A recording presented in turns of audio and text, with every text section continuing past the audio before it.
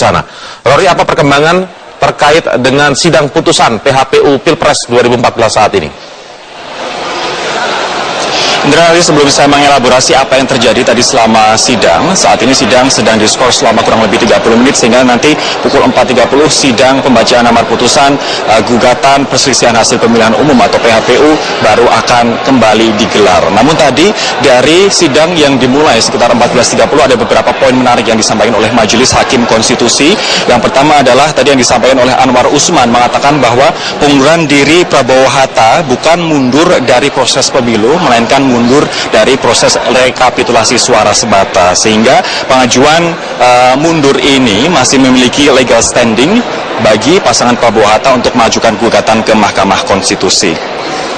Kemudian tadi Mahkamah Konstitusi juga menilai bahwa pembukaan kotak suara oleh KPU pasca rekapitulasi nasional adalah sah, apalagi adanya saksi dari kedua pasang calon, kemudian dari Panwas dan juga polisi. Ini membuat proses pembukaan kotak suara tersebut memenuhi unsur prosedural dan juga sah.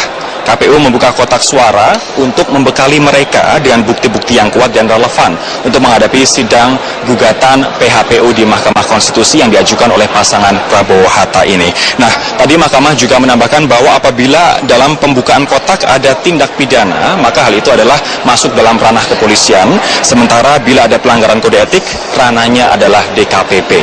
Tadi Mahkamah juga menambahkan bahwa terkait dengan tudingan kubu Prabowo Hatta ada penambahan 1,5 juta suara untuk Jokowi JK dan pengurangan 1,2 juta suara untuk Prabowo Hatta ini tidak terbukti dan tidak beralasan.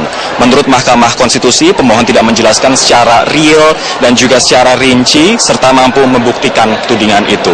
Nah, terkait dengan masalah yang saat ini juga menjadi concern kita semua dan juga menjadi alasan gugatan dari Prabowo Hatta, yakni masalah DPKTB atau daftar pemilih khusus tambahan, DPK daftar pemilih khusus dan DPTB atau daftar pemilih tambahan. Tadi Mahkamah mengatakan bahwa hal tersebut tidak terbukti.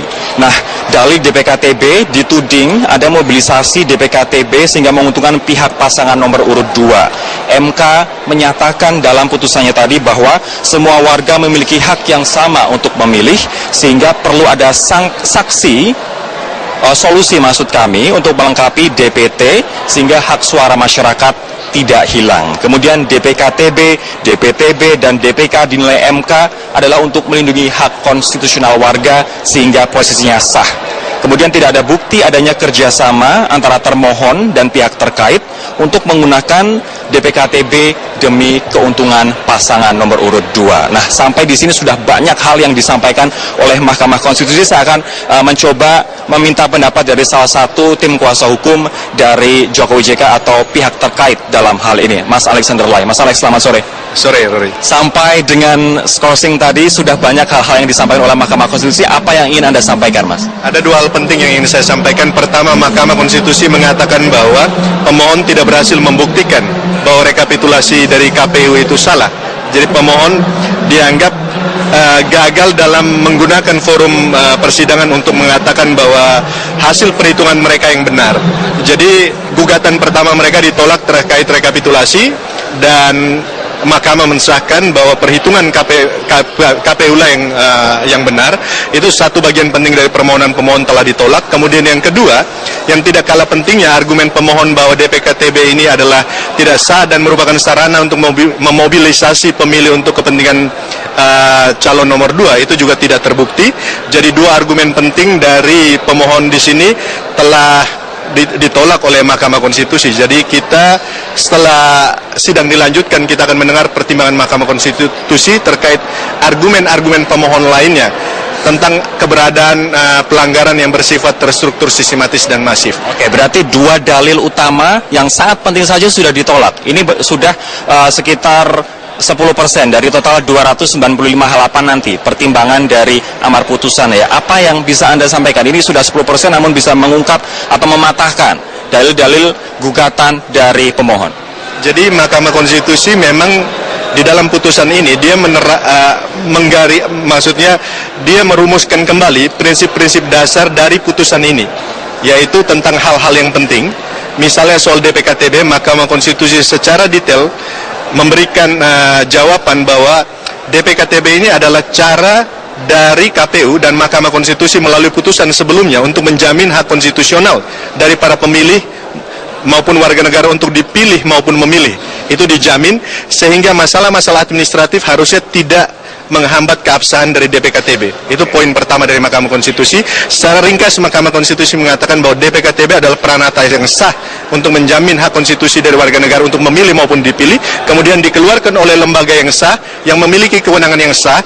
Oleh karena itu, eksistensi DPKTB secara hukum itu legal dan sah. Dan juga yang tidak kalah pentingan, penilaian Mahkamah Konstitusi atas jalannya persidangan, bahwa tidak terbukti DPKTB digunakan baik secara sendiri-sendiri maupun kerjasama di antara KPU dan pasangan nomor 2 untuk memobilisasi massa untuk kepentingan pasangan nomor 2. Bahkan Mahkamah tadi mengatakan bahwa tidak ada korelasi antara tingginya angka DPKTB dengan kemenangan pasangan calon tertentu. Setelah melakukan penelitian, itu sama sekali tidak ada. Ada provinsi-provinsi tertentu yang justru DPKTB tinggi dan pasangan nomor 1 yang menang. Jadi Mahkamah mengatakan secara konklusif tadi bahwa DPKTB peranata yang sah dan tidak terbukti digunakan secara tidak benar dengan melakukan mobilisasi massa. Terakhir, singkat saja Mas, berarti DPKTB, mobilisasi DPKTB tidak terbukti. Kemudian rekapitulasi atau kecurangan rekapitulasi tidak terbukti. Bagaimana dengan TSM yang nanti masih akan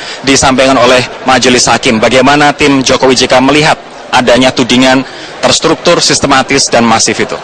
Saya pikir kalau tudingan terstruktur, sistematis, dan masif itu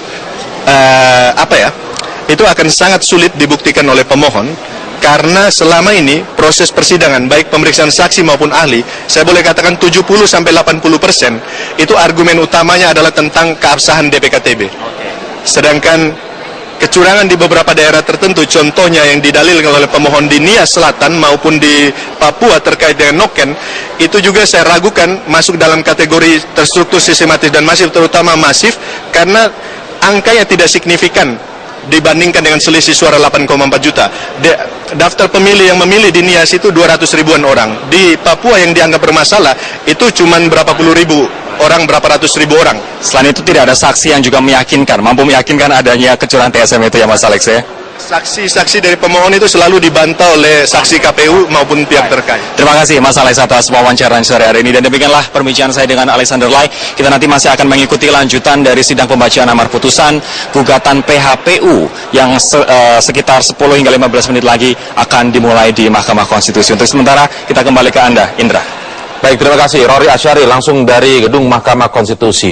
Apakah kemudian sejumlah pertimbangan Hakim Konstitusi tadi sudah bisa menjadi gambaran bagi kita, Prof, tentang bagaimana nanti putusan? Nanti kita akan mengulasnya, tetaplah bersama kami, pemirsa di Breaking News.